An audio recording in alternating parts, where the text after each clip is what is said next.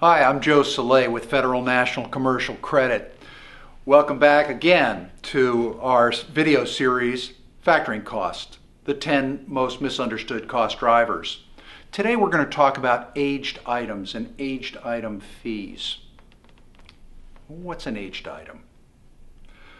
Most factoring and asset-based lending companies have a maximum length of time that an invoice can be out from its original invoice date before they would consider it ineligible for financing.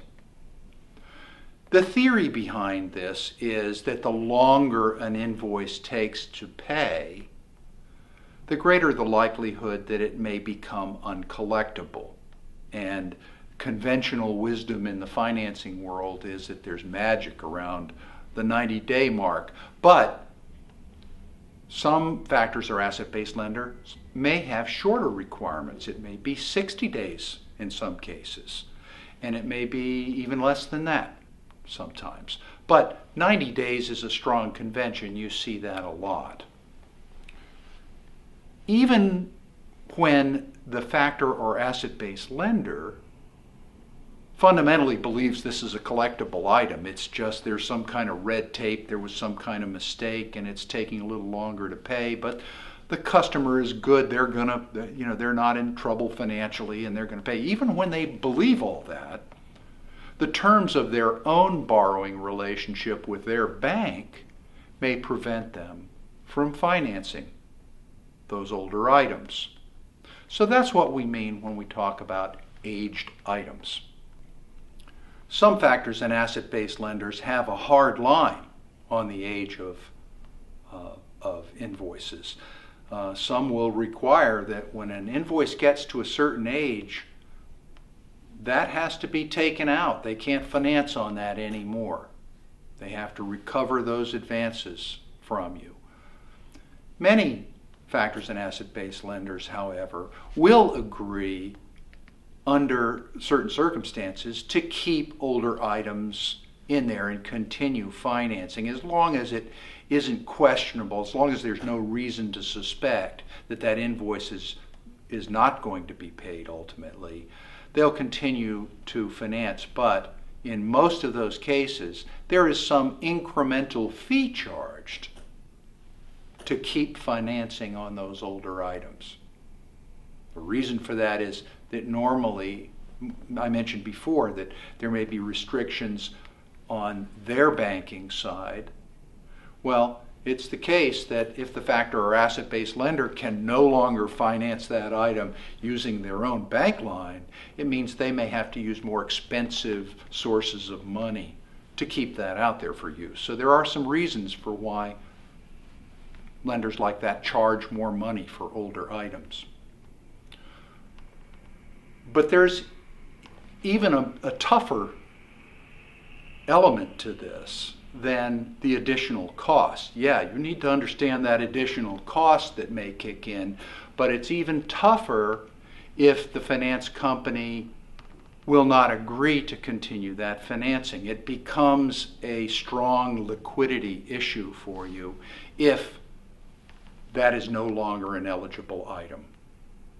Let's talk about what that means. Well, if it's determined that an invoice that's gotten old is no longer eligible for financing, then the factor or asset-based lender may require that you pay the advances back that are supported by that invoice.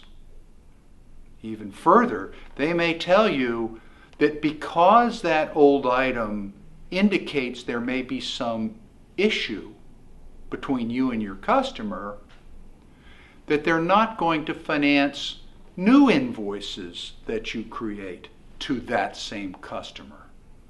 This can create a cash crisis in the company. So you really do want to understand what the policies about older items are in the finance company before you start your relationship. What are their policies? What are their practices? What can you count on from them if you had the odd item that goes out there a little too long?